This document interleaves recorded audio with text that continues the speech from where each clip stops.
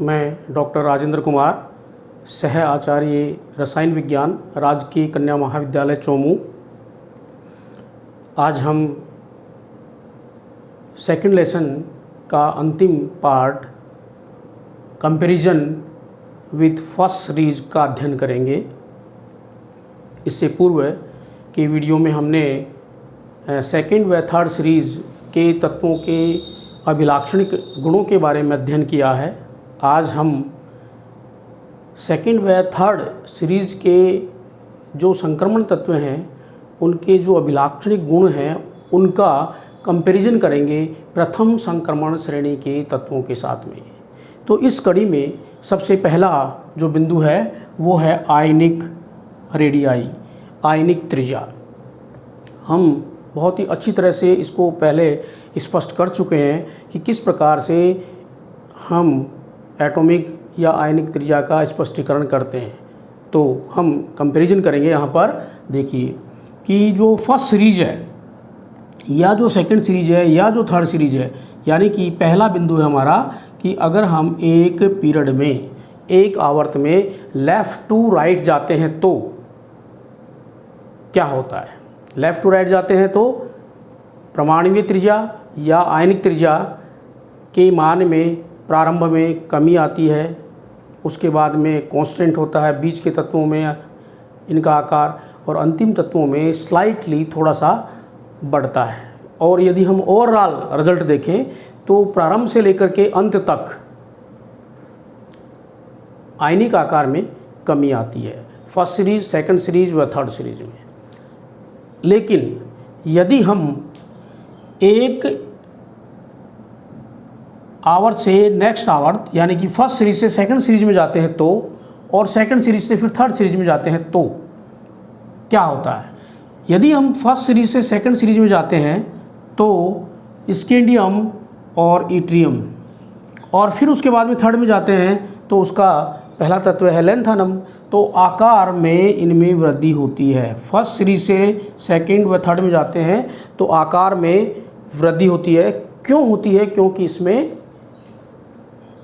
आवर्त बढ़ जाता है, पीरियड बढ़ जाता है, इसलिए इनके आकार में वृद्धि होती है।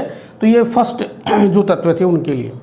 लेकिन यदि हम फर्स्ट से सेकंड सीरीज जो के एलिमेंट हैं आपके यहाँ पर, जैसे सेकंड जो एलिमेंट था वो फर्स्ट सीरीज का टाइटेनियम है और सेकंड सीरीज का है जो सेकंड एलिमेंट वो इट्रियम के बाद में है जर्कोनियम।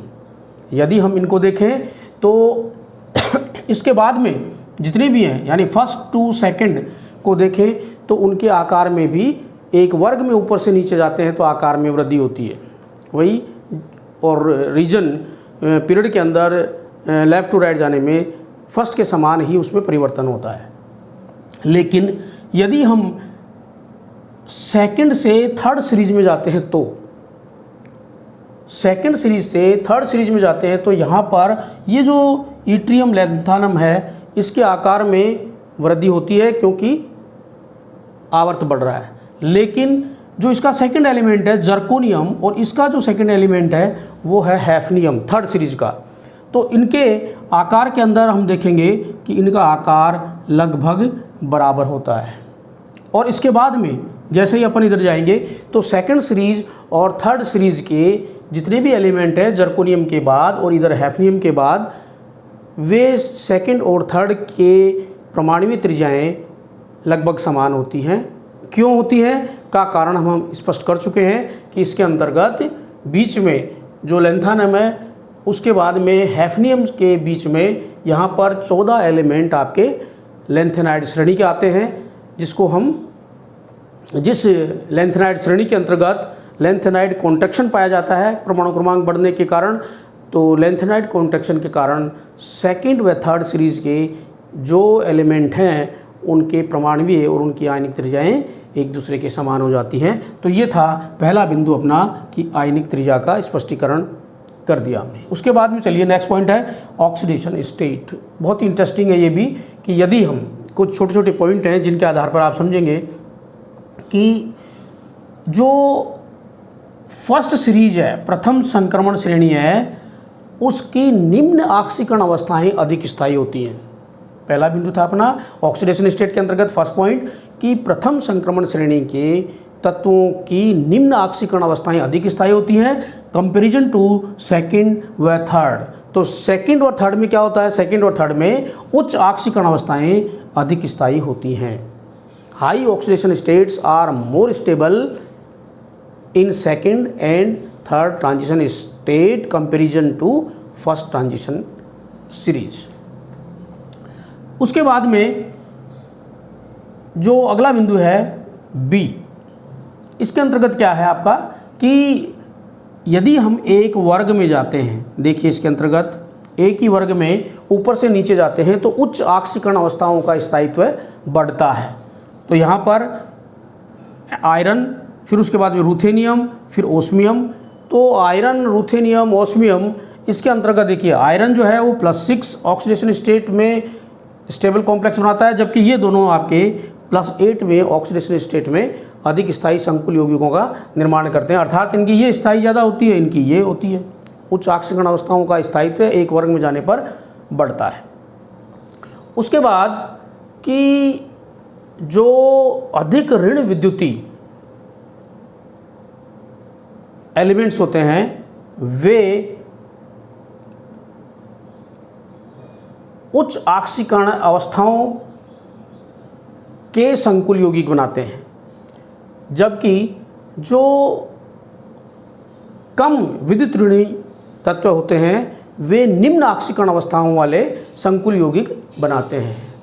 तो यहाँ पर जो उच्च ऑक्सीकरण अवस्थाओं वाले जो होते हैं, उच्च इलेक्ट्रोनेगेटिविटी वाले होते हैं, वे फर्स्ट सीरीज के अंदर तो उनकी संभावना नहीं के बराबर होती है, लेकिन जो सेकंड और थर्ड सीरीज है उनके अंतर्गत इस प्रकार से देखिए FONCl, तो इनमें जो रूथेनियम O4 है, ओस्मियम O4 है, टंगस्टन के साथ में आपका Cl6 है, लेकिन प्लेटिनम के साथ में ये प्लेटिनम F6 है। अर्थात ऋण विद्युती, जितने ज़्यादा ऋण विद्युती होंगे वे आपके उच्च CN वाले या उच्च ऑक्सीकरण अवस्था वाले संकुल यौगिकों का निर्माण करते हैं।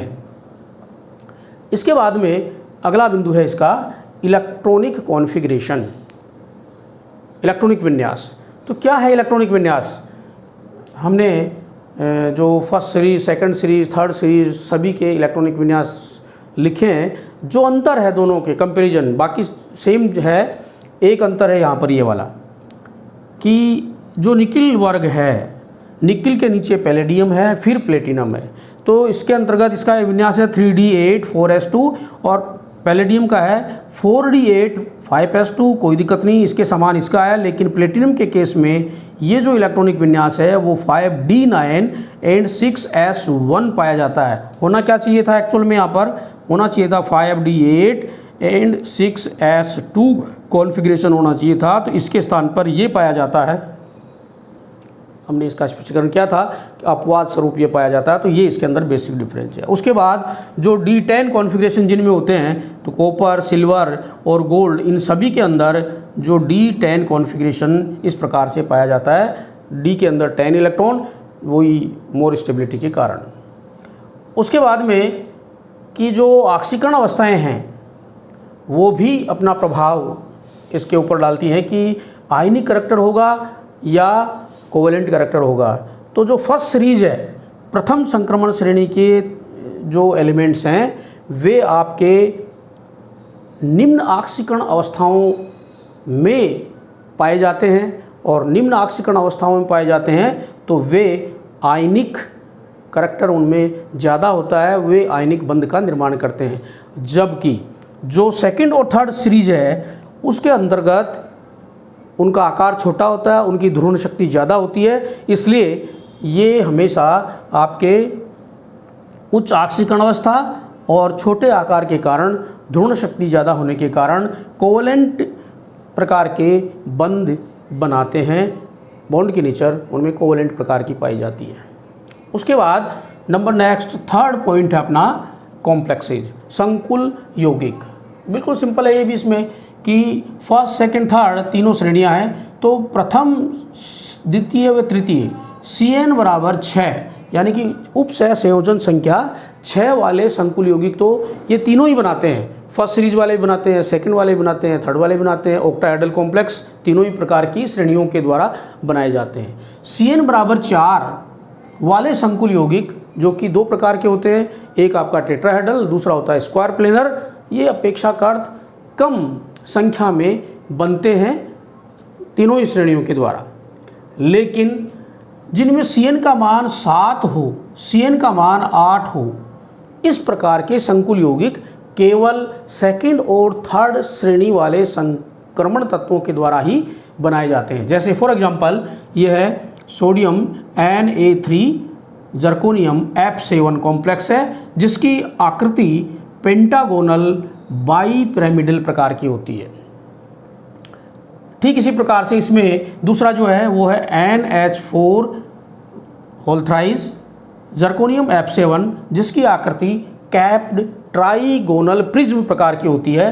तो ये दोनों ही केस आपके जिसके अंदर की क्या है F7 7 संख्या में जुड़े हुए, CN का मान 7 है वाले संकुल यौगिक ये बना रहा है जर्कोनियम।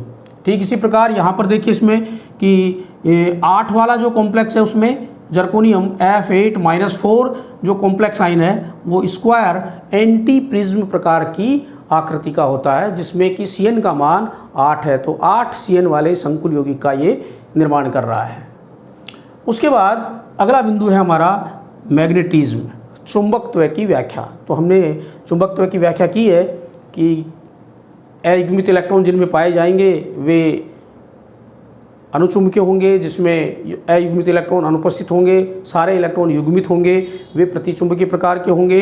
ये हमने व्याख्या की है। तो यहाँ पर जो प्रथम श्रेणी के संक्रमण तत्व हैं उनके द्वारा बनाए जाने वाले संकुल यौगिकों में लिगेंड फील्ड का प्रभाव पड़ता है। लिगेंड फील्ड का प्रभाव कैसे पड़ता है कि यदि लिगेंड स्ट्रॉन्ग फील्ड लिगेंड है, स्ट्रॉन्ग फील्ड लिगेंड है तो जो डी कक्षकों का विभाजन है वो ज़्यादा होगा, अर्थात ये जो विभाजन है जिसके अंदर की डेल्टा O का मान ज़्यादा होगा कंपेरिजन टू पाई की तुलना में। तो पहले उनमें युग्मन होगा और उसके बाद में इलेक्ट्रॉन नेक्स्ट उच्च ऊर्जा स्तर वाले कक्षक में जाएगा। तो क्या होगा इसकी वजह से कि जो स्ट्रॉन्ग फील्ड लिगेंड होंगे उनमें इलेक्ट्रॉनों की युग्मन पहले होगा, उनकी पेयरिंग पहले होगी, जिसकी वजह से वहाँ पर लो स्पिन कॉम्प्लेक्स का निर्माण होगा। इस प्रकार से कि अगर लिगेंड का फील्ड स्ट्रॉन्ग है तो लो स्पिन कॉम्प्लेक्स निम्न चक्रण वाले संकुल यौगिकों का निर्माण करते हैं। कौन? फर्स्ट सीरीज के एलिमेंट्स। ठीक इसी प्रकार यदि लिगेंड का फील्ड आपका वीक फील्ड लिगेंड है तो वे, क्योंकि अंतराल कम होगा तो इलेक्ट्रॉन एक पहले लोअर में एनर्जी स्टेट वाले कक्षकों में फिर हायर में चला जाएगा, अर्थात अयुग्मित अवस्था में होंगे। और अयुग्मित अवस्था में होंगे तो उनके जो प्रभाव है इलेक्ट्रॉनों के एक दूसरे से नष्ट नहीं होंगे, और नष्ट नहीं होने की वजह से हाई स्पिन कॉम्प्लेक्स का ये निर्माण करते हैं। कौन करते हैं? फर्स्ट सीरीज के, अर्थात प्रथम श्रेणी के संक्रमण तत्वों में लिगेंड फील्ड का प्रभाव पड़ता है और ये स्ट्रॉन्ग फील्ड के केस में लो स्पिन कॉम्प्लेक्स का निर्माण करते हैं, और वीक फील्ड लिगेंड की उपस्थिति में ये हाई स्पिन कॉम्प्लेक्स का निर्माण करते हैं। जबकि सेकंड और थर्ड श्रेणी के जितने भी एलिमेंट्स हैं, संक्रमण तत्व हैं, वे इस लिगेंड फील्ड का कोई प्रभाव शो नहीं करते हैं, अर्थात उनके ऊपर कोई प्रभाव नहीं पड़ता है। ये हमेशा लो स्पिन कॉम्प्लेक्स का निर्माण करते हैं। क्यों करते हैं? क्योंकि वो अंतराल इसके अंतर्गत ज़्यादा होता है, डेल्टा का मान ज़्यादा होने की वजह से पहले अयुग्मित लोअर में, फिर उसके बाद में नीचे ही निम्न ऊर्जा स्तर के कक्षकों में उनका युग्मन होगा, जिससे लो स्पिन कॉम्प्लेक्स का ये निर्माण करेंगे। एक महत्वपूर्ण बात और कि यहाँ पर कि जो हम इसके चुंबकीय आघूर्ण का मान निकालते हैं, फर्स्ट सीरीज के जो एलिमेंट्स हैं वो हम चुंबकीय आघूर्ण का मान इस प्रकार से, एक सिंपल फॉर्मूला है μs बराबर √n × n+2 बोर मैग्नेटॉन, अर्थात बोर मैग्नेटॉन के अंतर्गत Bm जो कि इसकी इकाई है, जहाँ पर n बराबर अयुग्मित इलेक्ट्रॉनों की संख्या है, के आधार पर निकाल सकते हैं। इस फॉर्मूले को हम स्पिन ओनली फॉर्मूला के नाम से जानते हैं, केवल चक्रण मात्र सूत्र के नाम से जानते हैं, तो इससे हम निकाल सकते हैं। लेकिन जो सेकंड और थर्ड सीरीज के जो एलिमेंट हैं उनके लिए हमें ये जटिल समीकरण की आवश्यकता होती है। म्यू एस प्लस एल बराबर √4 S L into L plus 1। तो इस प्रकार से इसमें कक्षीय जो योगदान होगा वे भी महत्वपूर्ण होता है, उसको नेग्लिजिबल नहीं कर सकते। तो इन दोनों के एस, कैपिटल एस और कैपिटल एल के संयुक्त मान से हम चुंबकीय आघूर्ण का मान की गणना कर सकते हैं। किसके लिए? सेकंड और थर्ड सीरीज के संक्रमण तत्वों के लिए। उसके बाद में आता है नेक्स्ट पॉइंट, क्लस्टर कंपाउंड्स, गुच्छ यौगिक। तो फर्स्ट सीरीज के जितने भी एलिमेंट हैं वे गुच्छ यौगिक बनाने की उनके अंतर्गत कम प्रवृत्ति पाई जाती है, अपेक्षाकृत कम बनाते हैं। तो फिर भी कुछ बनाते हैं उनमें, जैसे for example MN2 and CO10 carbonyl जो है 10 लिगेंड इसके साथ में जुड़े हुए हैं। तो इसमें मेटल M' बंद करके एक इस प्रकार से कि ये गुच्छ का निर्माण कर लेते हैं, इसलिए हम इसको गुच्छ यौगिक के नाम से, क्लस्टर कंपाउंड के नाम से जानते हैं। जैसे Mn ने बनाया, फिर इसी प्रकार Fe ने बनाया, आयरन ने बनाया, तो ये गुच्छ यौगिक बनाते हैं, अपेक्षाकृत में कम प्रवृत्ति पाई जाती है। लेकिन सेकंड व थर्ड श्रेणी के जितने भी एलिमेंट्स हैं उनमें ये प्रवृत्ति अधिक पाई जाती है। जैसे फॉर एग्जांपल ये रोडियम 4, इरिडियम 4 और कार्बोनिल 12 के साथ गुच्छ यौगिक का निर्माण करते हैं। तो इसमें इस प्रकार से 4 मेटल बॉन्ड उपस्थित होते हैं। उसके बाद इसका हमारा अंतिम जो बिंदु है वो है अबंडेंस, प्राप्ति की मात्रा कितनी के अंदर ये पृथ्वी के ऊपर उपस्थित हैं। तो बिल्कुल सिंपल है कि फर्स्ट सीरीज के जितने भी एलिमेंट हैं वे टोटल बाहर का 6.75% पाए जाते हैं पृथ्वी के ऊपर। सेकंड व थर्ड दोनों श्रेणियों के कुल मिलाकर के जो 20 एलिमेंट हैं वे बहुत ही कम मात्रा में पाए जाते हैं और वो हैं आपके 0.25% के बराबर पाए जाते हैं। हमने इसलिए हमारे पिछले वीडियो में अध्ययन किया था कि जो फर्स्ट सीरीज के एलिमेंट हैं वो हार्किन के नियम की पालना करते हैं कि जो सम संख्या में हैं वे अधिक मात्रा में पाए जाते हैं और जो विषम संख्या में हैं वे अपेक्षाकृत कम मात्रा में पाए जाते हैं। लेकिन उनमें कुछ अपवाद थे, Mn व टेक्नीशियम इत्यादि। तो इसके पश्चात एक अंतिम बिंदु और बचता है अपना इसमें, वो है बाइनरी कंपाउंड।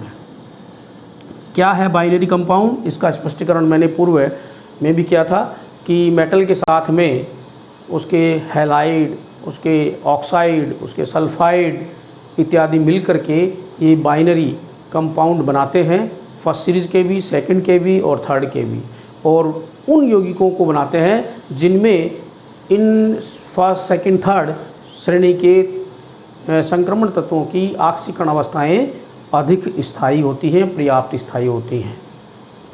इसके पश्चात हमारा जो अगला लेसन होगा वो होगा नेक्स्ट यूनिट अपनी ऑक्सीडेशन एंड रिडक्शन की। वो अपन नेक्स्ट पार्ट से, नेक्स्ट लेसन में स्टार्ट करेंगे, नेक्स्ट वीडियो में स्टार्ट करेंगे। इसके अलावा आपको कोई प्रॉब्लम हो तो आप अपने व्हाट्सएप ग्रुप में प्रॉब्लम को शेयर करके पूछ सकते हैं जिसका समाधान किया जा सके। धन्यवाद।